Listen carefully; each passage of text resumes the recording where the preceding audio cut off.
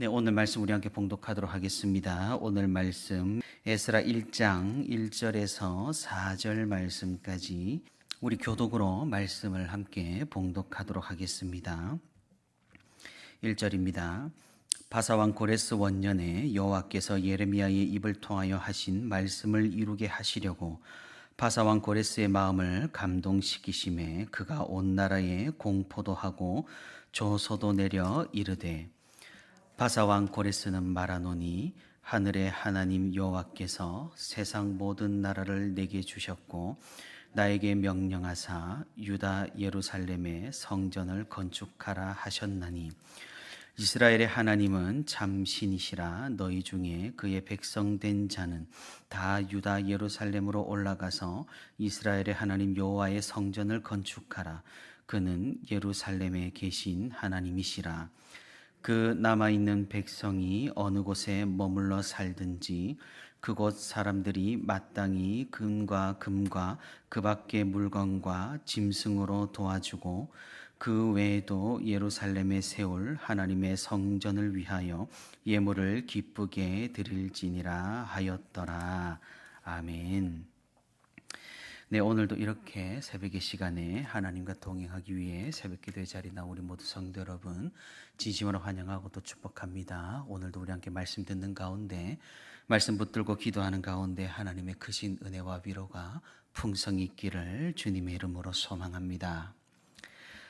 이번 주에는 우리가 구약 성경 역사서의 마지막 부분인 에스라와 느헤미야 그리고 에스더를 함께 읽게 됩니다. 이스라엘 백성들은 참으로 쉽지 않은 그런 역사를 거쳐왔습니다. 거대한 제국에 의해서 그들의 나라는 멸망을 했습니다.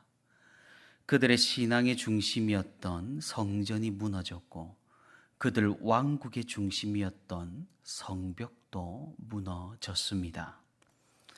멸망한 나라의 과거는 그리 중요하지 않습니다.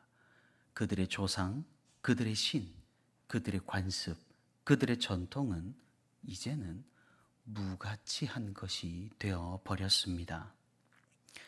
사실 이미 멸망한 나라가 다시 이전의 모습을 되찾는다는 것은 정말로 쉽지가 않은 일입니다.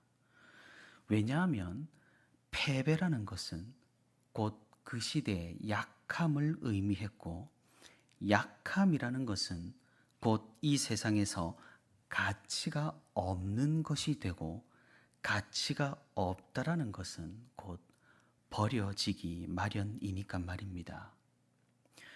그래서 그토록 수많은 나라와 민족이 중흥하고 몰락하는 과정에서 이전에 멸망을 했던 나라의 종교나 전통을 보존한 역사는 거의 찾아보기가 힘듭니다.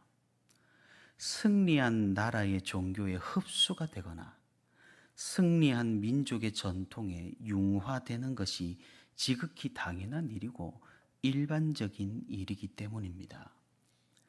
사실 우리나라만 보더라도 그렇지 않겠습니까? 천년의 역사를 가진 신라라고 해도 우리는 그것이 과거의 유물일 뿐 지금 우리에게 영향을 거의 미치지를 못합니다. 고려는 어떻고 또 조선은 어떠합니까? 특정한 부분이 여전히 전통으로 남아있다 손 치더라도 그것은 일부분일 뿐 이미 우리의 생활과 삶은 주로 효율적인 서양의 양식에 맞추어져 있습니다. 그렇다고 우리가 역사를 잊어버린 한심한 민족이라 자책할 필요는 없는 것 같습니다. 그것이 매우 일반적이고 누구나 다 그러하고 어느 민족이든 어떤 민족이든 이것이 굉장히 자연스럽기 때문입니다. 그런데 우리는 성경을 통해서 이런 자연스러운 일을 역행하는 역사를 목격을 하게 됩니다. 무가치해 보이는 것을 다시금 일으켜 세우고 누가 보아도 약하고 쓸모없고 이미 패배한 것을 다시 재정비하고 높이 드높이는 그런 역사를 우리는 접하게 된다는 것이죠. 이스라엘 민족의 성전은 이미 바벨론의 신 앞에 무릎을 꿇었습니다. 하지만 그 성전이 다시금 세워집니다.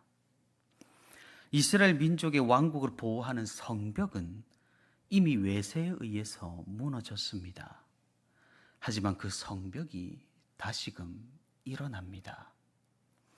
하나님을 향한, 여호와를 향한 그 신앙은 이미 구시대적인 유물이 되어버린 지 오래입니다. 하지만 율법이 다시 공포되고 하나님의 말씀이 백성들 사이에 침투하며 여호와의 신앙이 다시금 널리 퍼지기 시작합니다. 이 모든 것은 시대에 역행하는 특이한 역사입니다. 왜 그렇습니까? 어떻게 이런 일이 일어납니까? 사실은 이 성전은 무가치한 것이 아니었기 때문입니다. 그 성벽이 약했던 것이 아니었기 때문입니다. 그들의 전통과 율례와 관습과 율법이 쓸모없는 것이 아니었기 때문입니다. 하나님께서는 참으로 위대한 역사를 일으키셨습니다. 그들의 백성을 돌이키기 위해서, 그들의 백성을 회개케 하기 위해서 자신의 이름조차 더럽혀짐을 당하도록 내버려 두셨기 때문입니다.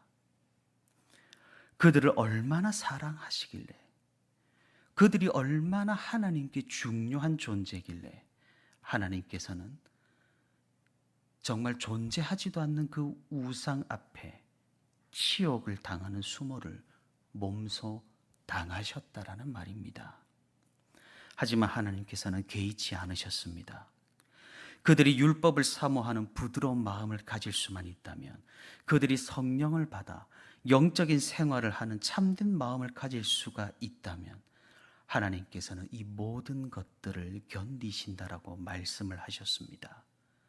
그리고 이제 선지자가 말한 때가 되어 이 회복의 역사가 일어나기 시작합니다. 이스라엘 민족이 포로로 끌려가 생활한 지 이제 70년의 세월이 흘렀습니다. 아주 당연한 것이겠지만 그들의 삶은 녹록지 않았습니다. 우리는 그 포로 생활이란 것을 다니엘서나 에스더를 보고 짐작을 하겠습니다만, 그것은 어디까지나 지도층에 있었던 그런 사람들의 이야기입니다. 그런 사람들조차 정말 쉽지 않은 삶을 살았는데 일반 백성들은 어떻게 살아내었겠습니까? 여호와 신앙을 지킨다라는 것은 절대로 쉬운 일이 아니었을 것입니다. 하지만 이스라엘 백성들은 하나님께서 말씀하신 그 예언을 붙들고 살았습니다.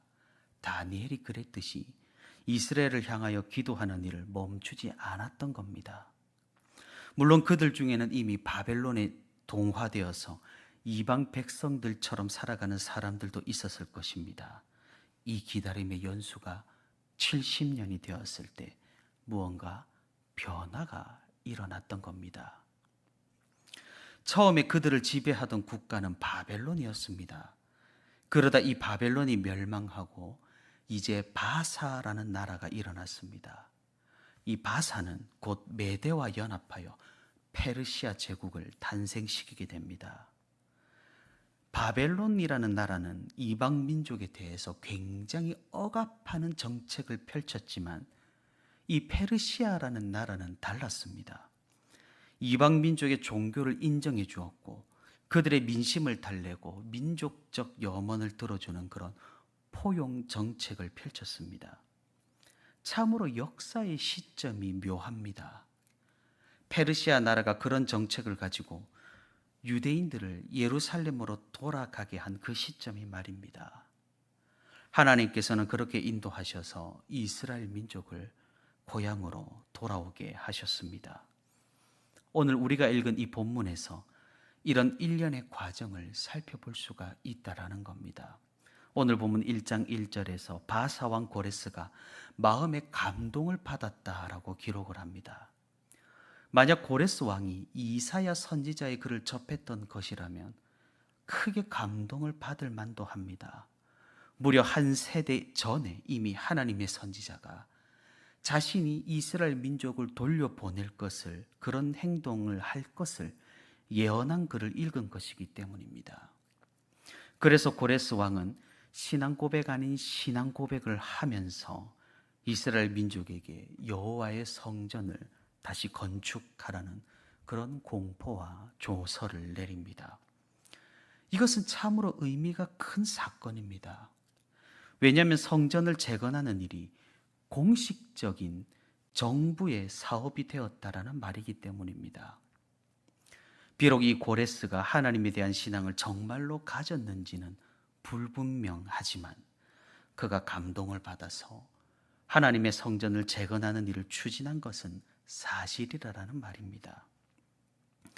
그가 그래서 정말로 예레미야의 예언대로 이제 하나님의 성전을 다시금 건축하는 시간이 다가왔던 겁니다.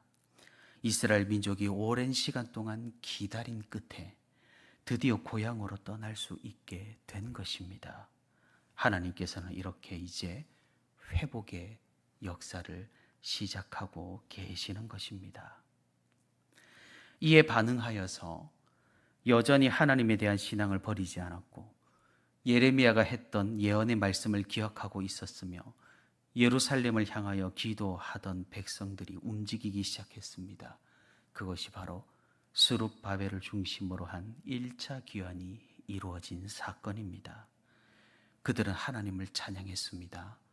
머나먼 타국에서도 그들을 잊지 않으시고 성전이 무너지고 성벽이 사라지는 그런 수모를 겪으셨음에도 그들을 위해 예비한 길을 보여주시고 걷게 하시는 하나님을 바라보며 이 귀환의 역사에 즐거이 동참하게 된 것입니다.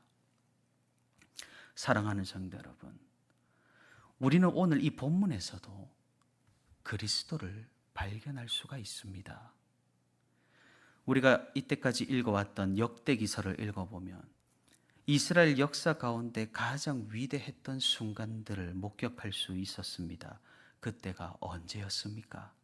다윗 시대, 솔로몬 시대였습니다. 솔로몬 시대가 사실은 더욱 클라이막스입니다. 주변 나라들이 이스라엘을 보기 위해 찾아왔고 하나님의 성전을 처음으로 웅장하게 건축하였으며 예루살렘 왕궁이 더욱 위엄 있게 새로이 지어졌습니다. 나라가 부강하고 이스라엘을 누구도 쉽게 넘보지 못했던 그런 시절이었죠. 우리는 생각합니다. 이렇게 이스라엘을 부강하게만 한다면 이방 나라들이 하나님을 믿는 것은 손쉬운 일이라고 말입니다. 같은 맥락이죠. 하나님을 믿는 백성들이 세상적으로 잘되고 성공한다면 세상 사람들이 알아서 교회를 찾아올 것이라는 주장이 말입니다. 하지만 우리가 생각해 봐야 할 것은, 명심해야 할 것은 하나님의 나라는 언제나 영적이라는 사실입니다. 그 부강했던 이스라엘이 어떻게 되었습니까? 부강하니 하나님을 잊었습니다.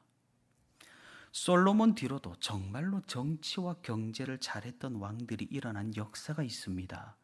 아합 왕이 그러했고 여로보암 2세가 그러했습니다. 그런데 그때 이스라엘의 신앙은 어떠했을까요? 부강한 만큼 하나님께 감사하고 하나님을 찬양하며 하나님을 더욱 열렬히 믿었을까요? 전혀 그러지를 못했습니다. 오히려 더 타락했으면 타락했을 뿐입니다. 우리는 그런 존재라는 말입니다.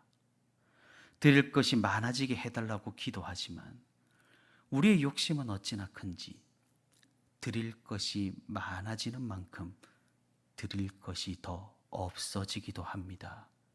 참으로 아이러니입니다. 우리의 본성이 그렇다라는 겁니다. 그런데 하나님께서는 우리를 사랑하시기를 그치지 않으셨다라는 겁니다. 우리가 비록 이런 모습임에도 불구하고 우리를 너무나도 사랑하셨다라는 겁니다. 배반하고 패역하고 감사를 잊고 하나님을 기억조차 하지 못했던 그런 이스라엘을 너무나도 사랑하셨습니다. 선지자를 보내어서 하나님께서는 그들에게 외치셨습니다.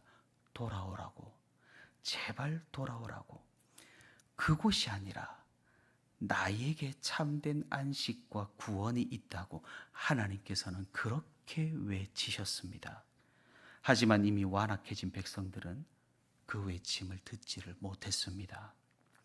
하나님께서는 이제 다른 수단을 사용하십니다. 나라를 멸망시킵니다. 자신을 더럽히십니다. 자신의 이름을 존재하지도 않는 이 세상의 신 앞에, 그 우상의 아래에 무릎 꿇리게 만들어 버리십니다. 모든 영광과 존귀를 포기하십니다. 무엇 때문입니까? 바로 백성들의 생명 때문입니다. 그들을 구원하시기 위해서입니다. 그들을 돌아오게 하기 위해서입니다. 우리는 자신의 이름이 더럽혀지는 것을 개의치 않으시고 자신의 생명조차 중요하게 여기지 않으심으로 우리를 구원하신 분을 알고 있습니다. 예수 그리스도이십니다. 오늘 이 말씀 속에 하나님, 이스라엘 백성들을 위해 자신의 위엄과 영광을 버리신 그 하나님과 예수 그리스도는 동일한 하나님이십니다. 하나님께서 왜 그러셨습니까? 예수님께서 왜 그러셨습니까? 우리를 살리기 위해서입니다. 우리를 구원하기 위해서입니다. 우리를 돌아오게 하기 위해서입니다. 사랑하는 성도 여러분, 우리는 이런 은혜를 입은 존재들입니다. 하나님께 사랑받는 존재가 바로 우리들입니다. 하나님께서는 우리를 사랑하시기에, 우리를 구원하기 위해서 자기 자신을 버리셨습니다. 자신의 이름과 자신의 영광과 자신의 생명을 버리셨다라는 겁니다. 우리는 이 심판의 역사를 기억해야 합니다. 이스라엘 백성들이 나라가 망하고 큰 고난에 처하고 타국에서 힘든 삶을 살게 한 것, 하나님의 심판이겠죠. 하지만 동시에 하나님의 사랑입니다. 그러니 하나님의 심판은 곧 하나님의 사랑입니다. 우리는 심판과 사랑은 공존하지 못한다라고 생각합니다. 하지만 그렇지 않습니다. 하나님의 심판은 곧 우리를 구원하기 위한 수단임을, 우리를 사랑으로 이끌기 위한 하나님의 방법임을 우리는 기억해야 합니다. 그러니 우리의 삶 가운데에서도 우리가 비참에 처하든 성공에 취하든 언제 어디서든 하나님의 사랑을 느끼고 하나님의 사랑을 경험하고 만끽하는 그런 우리가 될 수 있기를 바랍니다. 우리의 성공에서 하나님의 사랑을 찬양하고 하나님께 감사를 쏟아내는 것은 어쩌면 당연합니다. 그것은 세상 사람들도 하는 일입니다. 하지만 우리의 실패에서도, 우리의 고난에서도, 우리의 환난 가운데에서도 하나님의 사랑을 느끼고 하나님의 인도하심을 경험하며 하나님의 은혜에 감사하는 것은 그리스도인의 본질입니다. 그것은 돌아오라는 하나님의 거룩한 외침이기 때문입니다. 그러니 우리의 성공에서도 우리의 실패에서도 언제나 하나님의 사랑을 느끼는 그런 우리 신앙인이 될 수 있기를 바랍니다. 하나님께서는 우리를 잊지 않으십니다. 끝까지 인도하시는 그 하나님의 사랑을 깊이 경험하고 체험하여 오늘도 하나님과 함께 동행함으로 믿음의 길을 걸어가는 저와 우리 온세로교회 모든 성도가 되기를 주님의 이름으로 소망합니다.